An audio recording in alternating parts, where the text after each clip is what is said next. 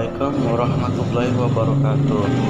Nah, kami dari kelompok 3 akan membahas sebuah video pembelajaran tentang evolusi hewan invertebrata dari mata kuliah evolusi yang dibimbing langsung oleh Ibu Dwi Ratna Marpaung MSI.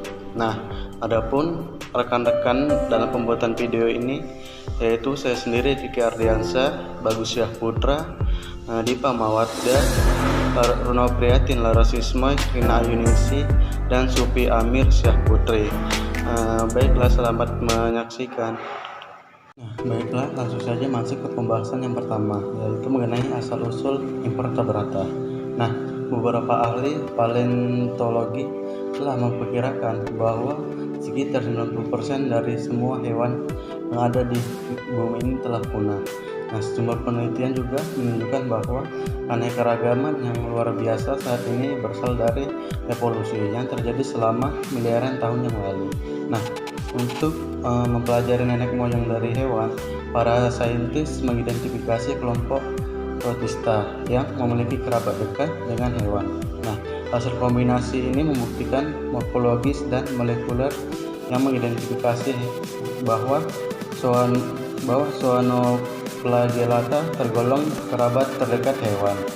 Nah, hal inilah yang membuat para peneliti berhipotesis bahwa nenek moyang bangsa hewan bahkan yang masih hidup hingga kini barangkali merupakan pemakan suspensi yang statis seperti Zoanoflagellata di masa kini. Nah, maka dari itu kita perlu meneliti bukti fosil tentang bagaimana hewan-hewan berevolusi, terutama hewan invertebrata dari nenek moyang yang sama selama 4 era globalisasi. Nah, mungkin itu saja penjelasan dari saya, dan selanjutnya akan dijelaskan oleh rekan saya. Era Neoproterozoikum. Fosil hewan makroskopik pertama yang ditemukan pada tahun 550 sampai dengan 565 juta tahun yang lalu, yang merupakan anggota kelompok eukariot multiseluler yang lebih dikenal dengan sebutan Biota adiacara. Dinamai demikian karena ditemukan sesuai dengan tempat pertama kali ini ditemukan, yaitu di Bukit Ediacara, Australia. Sejak saat itu, fosil yang sama banyak ditemukan di benua lain. Salah satunya spons dan fosil hewan-hewan yang masih berkerabat dekat dengan Cnidaria. Selebihnya merupakan fosil dari organisme yang sulit diklasifikasikan karena morfologinya tidak terdefinisikan, tidak nampak berkerabat dengan hewan atau tumbuhan yang masih ada sampai saat ini.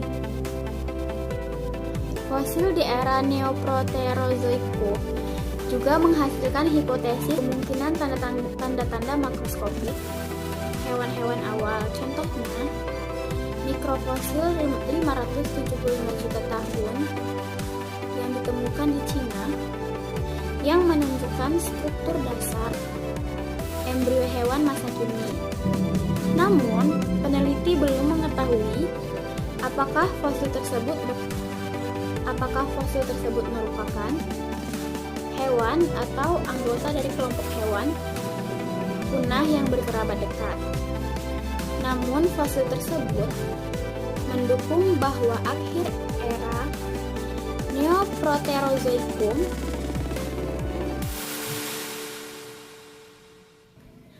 merupakan masa peningkatan keanekaragaman hewan. Nah, di era selanjutnya ialah era Paleozoikum. Diversifikasi pada area ini meningkat pada 535 hingga 525 juta tahun yang lalu selama periode Kambrium atau ledakan Kambrium. Hanya sedikit hewan yang dapat dikenali pada strata yang terbentuk sebelum ledakan Kambrium. Namun, kemudian ahli paleontologi menemukan fosil tertua hewan-hewan invertebrata pada ledakan Kambrium yang hingga kini masih ada, seperti Arthropoda, Chordate, dan Echinodermata. Namun fosil tersebut memiliki rangka terminalisasi yang keras yang berbeda dari kebanyakan hewan yang ada di masa kini. Periode Kambrium ini diikuti oleh periode Ordovisium, Silur, dan Devon. Dengan keanekaragaman hewan yang terus meningkat diikuti dengan kepunahan hewan massal. Di era ini, arthropoda mulai beradaptasi dengan habitat darat dengan indikasi kemunculan kaki seribu dan lipan. Era selanjutnya yaitu era Mesozoikum. Di era ini, filum-filum hewan yang berevolusi pada era Paleozoikum mulai menyebar ke habitat ekologis yang baru. Di samudra sendiri, terumbu karang pertama terbentuk sebagai habitat laut hewan-hewan invertebrata lain. Era selanjutnya yaitu era Kenozoikum hingga sekarang. Kepunahan massal hewan darat dan laut menjadi pertanda mulainya era ini, yakni era Kenozoikum. Baik, materi selanjutnya yaitu mengenai pandangan filogeni hewan dari data molekuler. Para peneliti menggunakan data morfologi sebagai dasar hipotesis mereka tentang filogeni hewan. Petunjuk-petunjuk mengenai filogeni hewan ini datang dari penelitian baru tentang filum yang tidak banyak diketahui. Bersamaan dengan analisis fosil sebagai alat klarifikasi sifat mana yang merupakan sifat nenek moyang hewan invertebrata dan sifat mana yang merupakan sifat turunan. Tujuannya adalah untuk menempatkan organisme berdasarkan garis keturunan bersama. Pada tahun-tahun terakhir, data molekuler seperti sekuens DNA telah memberikan garis keturunan bersama dan mendefinisikan klat. Terlepas dari apakah data yang digunakan merupakan karakter morfologis tradisional atau sekuens molekuler baru atau gabungan keduanya. Tujuan akhirnya ialah merekonstruksi sejarah evolusi kehidupan. Hewan invertebrata yang didasari oleh perbandingan morfologi dan perkembangan, di mana terdapat hal-hal yang disepakati, diantaranya yaitu: pertama, semua hewan memiliki satu nenek moyang bersama. Maksudnya pada gambar ini mengindikasikan bahwa kingdom hewan adalah monofiletik, mempresentasikan klat yang disebut metazoa. Dengan kata lain, jika kita melacak semua garis keturunan yang masih ada maupun yang sudah punah sampai ke asal-usulnya, maka garis-garis keturunan tersebut akan berkonvergensi pada satu nenek moyang bersama. Yang kedua, spons adalah hewan basal. Maksudnya, di antara takson-takson yang masih ada, spons atau yang dapat juga disebut filum porifera bercabang dari bagian dasar filogenik hewan.